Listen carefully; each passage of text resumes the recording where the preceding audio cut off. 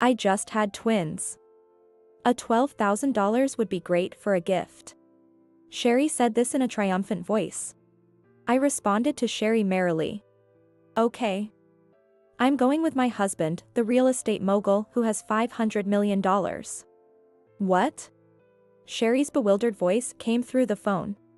She probably heard from our parents that my husband was just an ordinary guy. What do you mean by $500 million? It means exactly what it sounds like. Sherry seemed confused by my words. I couldn't help but chuckle. Then Sherry snapped and retorted. That can't be true, that just can't. Well, let's talk in person. Including about what you did back then. Wait a minute, Amy. Alright, I'll see you tomorrow. I said this one-sidedly and hung up. Sherry called me several times, but I ignored them all. I can't wait for tomorrow. I laughed loudly, imagining Sherry's regretful face. My name is Amy. I'm a 38-year-old housewife. I live with my husband, Joe. The housekeeper handles all the chores, and I live a luxurious life every day. But actually, Joe is my second husband. I divorced my first husband 6 years ago. I met Joe at a restaurant I worked for and remarried. I married my ex-husband, Matt, at the urging of my parents. Apparently, my father liked Matt, who was the president of a company that did business with my parents' company. I had no right to refuse, and the marriage was arranged the day after our first meeting. Although arranged marriages were rare nowadays, it wasn't surprising since I, as the eldest daughter, had been constantly told to take over the family. So, our married life wasn't sweet at all. Matt, the president of a company with an annual revenue of $50 million, rarely came home and spent his time playing around. Even when he did come home, he would just look at me with disdain and head straight to the bedroom. When I was fed up with such a life, I was suddenly called back to my parents' house. You should get a divorce. Huh? Why so suddenly? I was confused by my mother's sudden words. Matt's company was doing better and better. There was no benefit to divorcing now. I had a little hope that my parents sympathized with my situation, but then I saw a shocking sight. Why are you two, Matt and Sherry? Sherry is my younger sister. Our parents adored Sherry, who was 10 years younger than me. That was exactly like saying I didn't matter at all. Sherry walked into the room, arm in arm with Matt. Amy. I really like Matt. Can I have him? Have him? Matt isn't a toy. But Matt says he likes me more than you, right? Sherry leaned on Matt as she said this. Matt looked at me with a smug smile. As soon as I saw his eyes, I had a bad feeling. Of course I'd prefer someone younger and prettier like you. You'd become a better wife for a CEO. What? Mom. As I faced being abandoned for Sherry's youth, I looked to my mother for help. I believed that despite raising me strictly as the eldest daughter, my mother loved me. I had thought so. I told you to get a divorce. Sherry wants him, so give him to her. You're her big sister, aren't you? No way. I was stunned. Though my mother had always favored Sherry, I thought she'd support me in such a situation. Then my father spoke quietly. Just divorce him already. From today, Sherry will be the heir of this family. It's disgraceful to have a tarnished record. Once you divorce, leave immediately. Even you, Dad. Through tear-blurred eyes, I signed the divorce papers. After gathering my belongings as my parents ordered, I was quickly thrown out of the house. Amy, you'll struggle from now on, so take this as alimony. Sherry is so kind. Be grateful. They mocked me as they threw bundles of cash at me. I held the money, feeling lost. What am I going to do now? As a housewife, I had no means to earn money. I had only trained to be a bride and had never worked even part-time. For now, I decided to go to a hotel and think about my next steps. First, I needed to secure a place to live. I moved to the neighboring town and went to a real estate agency. Thanks to my savings, I could easily rent a place for one person. I refused to use the alimony thrown at me by those two. I resolved to get my revenge someday. After settling into my one-bedroom apartment, my next step was to find a job. However, I struggled to find one. Then, I received a call from Sherry. Amy, didn't you know? Matt has influence over this entire area. You won't get hired anywhere around here. No way. I was devastated. As Sherry said, I couldn't find a job. Without work, my savings would eventually run out. I decided to move to a distant town. The new place was a peaceful town with a pleasant sea breeze. I got a job at a small restaurant where I could live and work. Hey, get me a beer. Right away. I'd like some chicken over here. Certainly. Even though I was new and inexperienced, the customers were all very kind to me. Gradually, I got better at my job, and eventually, people started calling me the mascot girl. Your smile gives me the strength to keep going, Amy. Amy, do you have any plans about marriage? Oh, I don't. That's such a waste. Right? Being young, I was often encouraged to remarry, and each time, I would avoid the topic. I couldn't bear the thought of marrying another man like Matt. Amy, can I get a beer? Joe. Sure thing, coming right up. While everyone else was pushing me to remarry, Joe, a regular, never teased me about it. I enjoyed our conversations so much that I started looking forward to his visits. Joe asked me out on a date 3 years after I moved to the town. How about we go to the beach? Huh? I mean, it's right there. Joe is usually calm, but is now fumbling with his words, and that made me chuckle. I didn't mind at all. I decided to accept his invitation. Our first date was just a walk on the beach in front of the restaurant, but we talked a lot. Joe told me he had lost his parents early and had no other family, living alone in this town because his parents had loved it. I told him about my family and my past with Matt. Joe cried for me. I realized I should have cried like this long ago. I watched his tears, feeling a strange sense of relief. We started going out together frequently and eventually began dating. I honestly still can't remember which of us said, "I love you" first. But it felt very natural for us to be together. A year later, Joe proposed to me. I want to be buried next to you. Is that a proposal? That's what I mean. I smiled warmly at his uncertain proposal and accepted. We got married. Although I had no intention of telling my parents or sister, Joe insisted we should at least inform my parents. So I contacted them for the first time in 4 years and went back to my family home. Oh, you're alive. Remarried? Do as you please, but don't expect any support from us. If you're marrying such a shabby man, never come home again. Hearing this in front of Joe made me furious. Joe might not be into luxury, but he was wearing a high-end suit today. I didn't want any further relations with parents who could say such things. I was about to speak out in anger. Then I'll be taking your daughter. We won't be in contact again, and we won't ask for any support. Joe. My parents were shocked by Joe's straightforward attitude, but quickly became angry at his perceived rudeness. Joe brushed off my parents' insults with a smile and took my hand as we left my family home. I didn't expect them to be that bad. I'm sorry for putting you through that. It's okay, don't worry about it. I actually feel a bit relieved. I said this with a smile. Joe relaxed his shoulders, relieved by my expression. We then returned to our new home. Not long after, I started receiving an increasing number of anonymous calls. I ignored all of them and consulted Joe. Let's ignore them. But it's creepy, so let's change your number tomorrow. Yeah, thank you. I was very grateful for Joe's prompt response. The next morning, Joe made time for us to go change my phone number. The anonymous calls stopped immediately. I felt relieved. However, after a while, I started getting repeated calls from unknown numbers. Hello. When I answered, the caller would just hang up without saying anything. Feeling uneasy, I consulted Joe again. He advised me to ignore calls from unknown numbers, so I did. Eventually, the calls stopped, and I forgot about it. Then one day, I got a call from my parents' house. I realized I had forgotten to delete their number from my contacts and reluctantly answered. To my surprise, it wasn't my mother, but Sherry. Hello, Amy? Doing well? Sherry. Don't sound so scary. Considering she's the one I never wanted to talk to again, it was no wonder my voice sounded harsh. I decided to address the first question that came to mind. How did you get my number? It was easy to find. I have money, remember?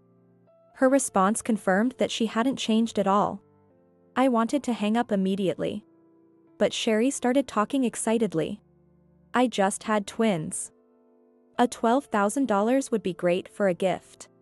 She said this triumphantly. I responded to Sherry merrily. Okay. I'll come with my husband, the real estate mogul worth $500 million. What? Sherry's bewildered voice came through the phone. She probably heard from our parents that my husband was just an ordinary guy. What do you mean by $500 million? It means exactly what it sounds like. Sherry seemed confused by my words. I couldn't help but chuckle. Then Sherry snapped and retorted. That can't be true, that just can't. Well, let's talk in person. Including about what you did back then. Wait a minute, Amy. All right, I'll see you tomorrow. I said this one-sidedly and hung up. Sherry called repeatedly, but I ignored every call. I'm looking forward to tomorrow. I waited for Joe to come home and explained the situation to him. Joe smiled and made a suggestion. I'll go in my usual clothes. I nodded in agreement. So, both of us dressed in our regular clothes and headed to my parents' house. We're home. Oh, you're back. Do you bring your husband? Wait, what? Sherry rushed out to the entrance with a smile, but she was shocked by our outfits. It was no wonder, we were wearing plain, no-brand clothes we bought from a discount store. Our t-shirts and pants cost around $20 each. What are those shabby clothes? Isn't your husband a real estate mogul? I responded with a smile. Sherry interpreted this on her own and gave me a condescending look. So it was a lie after all. You can't hide it no matter how much you try to pretend. Oh, it's not a lie. I pointed to the screen on my phone. It showed Joe's name and photo. Sherry stared at it intently and then screamed. Anderson, the CEO of that major real estate group? No way. It's not a lie. Sherry glared at me resentfully. Then she pointed at our clothes and started to berate us. If that's true, then why are you wearing such shabby clothes? I gave her a mocking smile. We dressed to match the economic situation of this household. What? Are you saying our family is falling apart? No, I just thought this level of courtesy would be appropriate. Both Joe and I usually wear formal attire when visiting someone's home. We have never committed the faux pas of showing up in t-shirts and jeans. But this time, we deliberately chose these clothes. There were two reasons for this. First, to make Sherry misunderstand and take her down a peg. Because I could see the frustrated look on her face, this plan is a success. And second, I walked towards the living room. Joe followed, with Sherry trailing behind. Having Joe with me made me feel incredibly strong. I threw open the living room door. That's noisy. Open the door more gracefully, like Sherry. What's with those cheap clothes? I'm really disappointed in you.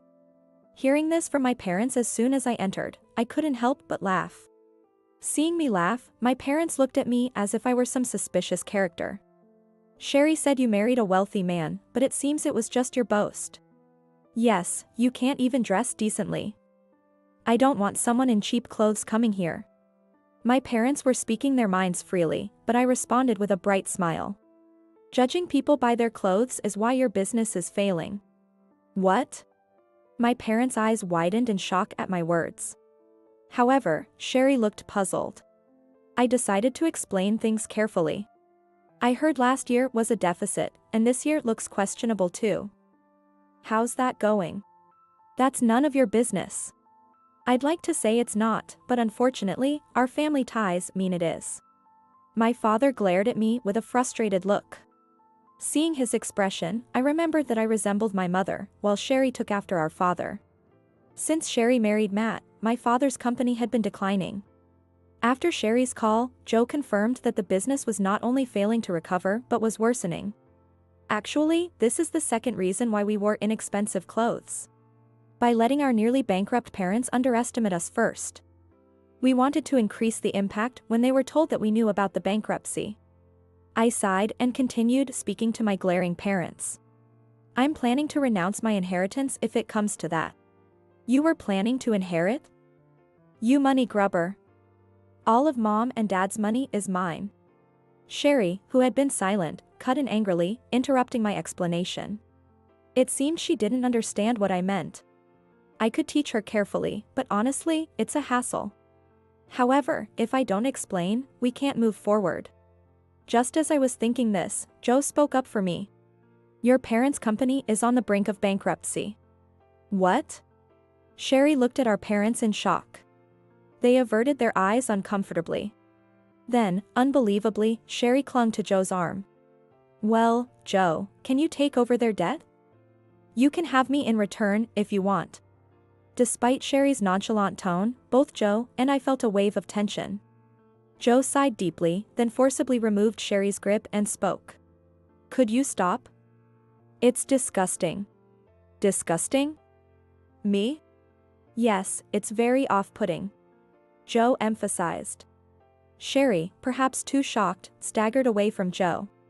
She glared at us with teary eyes. How dare you say something so rude to me? I'm prettier than that plain Amy. Huh?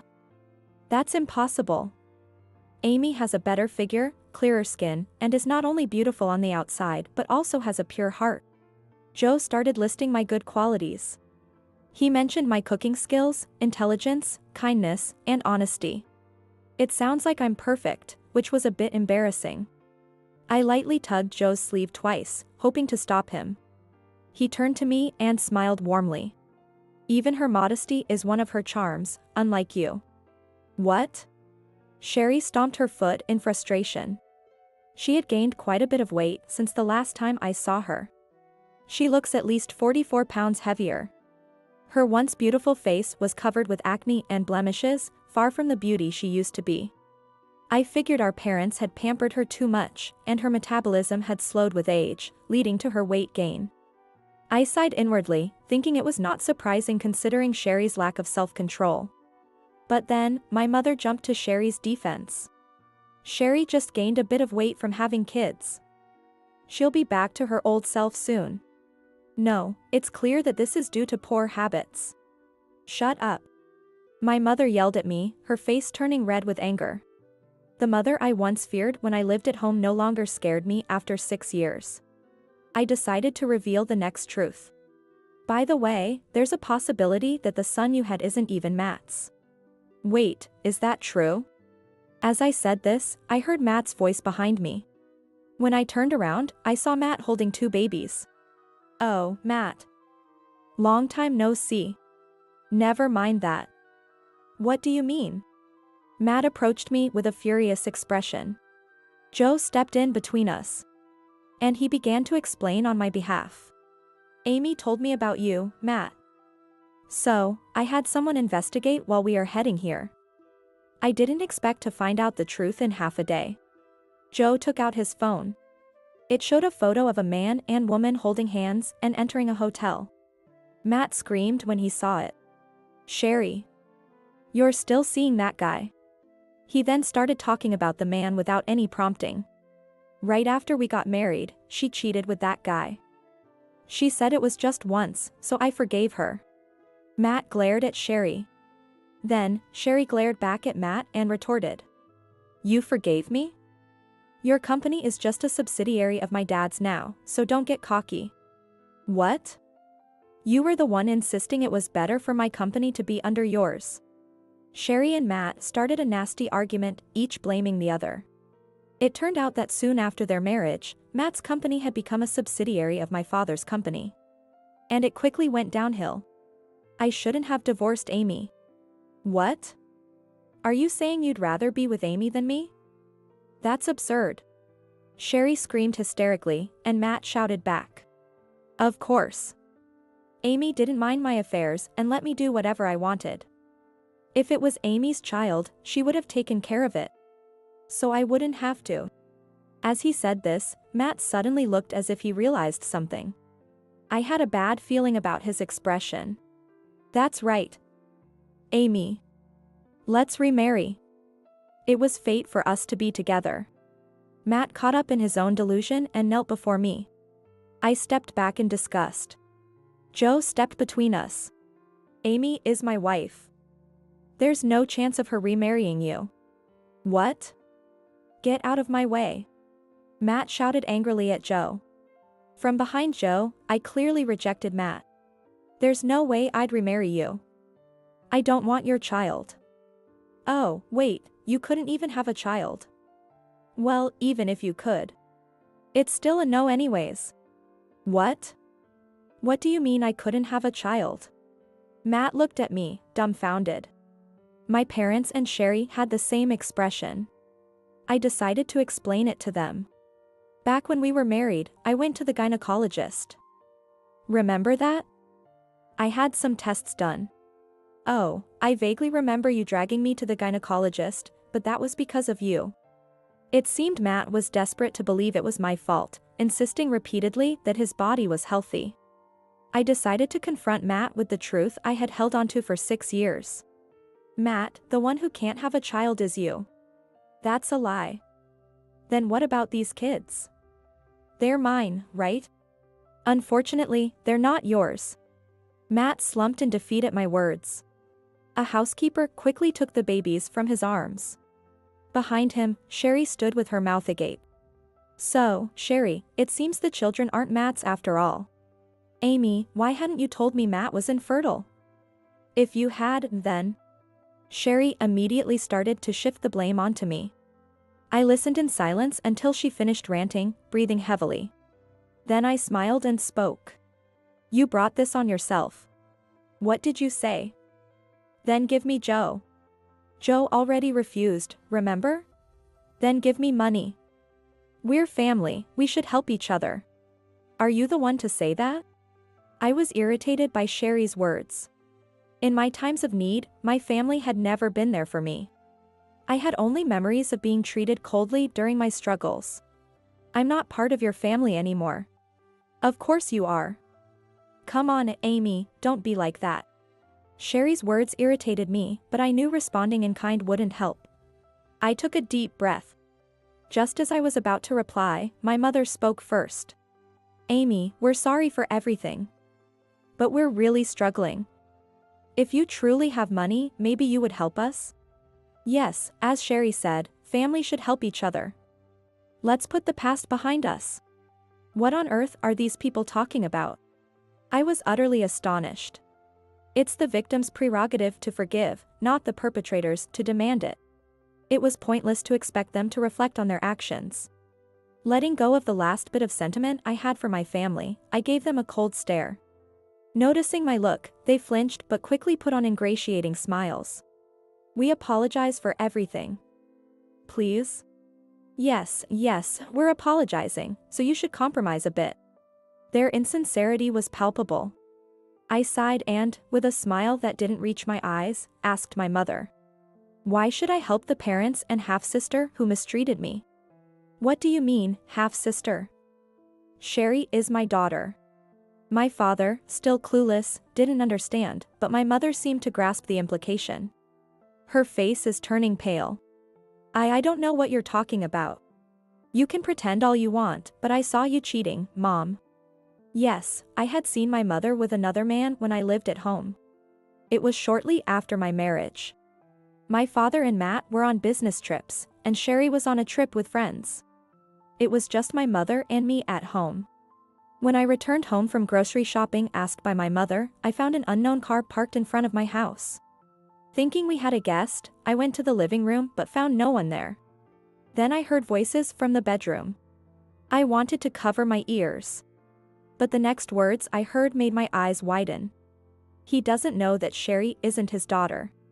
Sherry isn't Dad's child. At my mother's words, I hastily covered my mouth with both hands. Otherwise, I might have screamed out loud. I wanted to hear more, but I heard them coming out of the bedroom, so I quickly left the house, killing time until the man left before returning. That incident stuck with me, and soon after marrying Joe, I investigated. It turned out the man was David, an old friend of my father's. And the affair was still ongoing. You've been cheating on our family for years, and when Sherry said she wanted Matt, you forced me out. What is going on? My mother shook her head vehemently, her face pale. Seeing this, my father seemed to understand, his face turning red with anger as he glared at my mother. As a parting gift, I told my father the name of her lover. Mom's lover is David. David? She cheated with him. And still is. My father stood there, stunned. Since David was practically a best friend, the betrayal must have hit him especially hard. Even so, I felt no sympathy for my father. I'm not Dad's daughter? Sherry looked as shocked as anyone, and no one was attacking me. Are we done here? I've decided to renounce my inheritance, so do whatever you want. But I won't help you. Don't ever contact me again. My voice wavered slightly at the end, but I had said everything I needed to. It was time to leave. I gave Joe a look, signaling that we should go.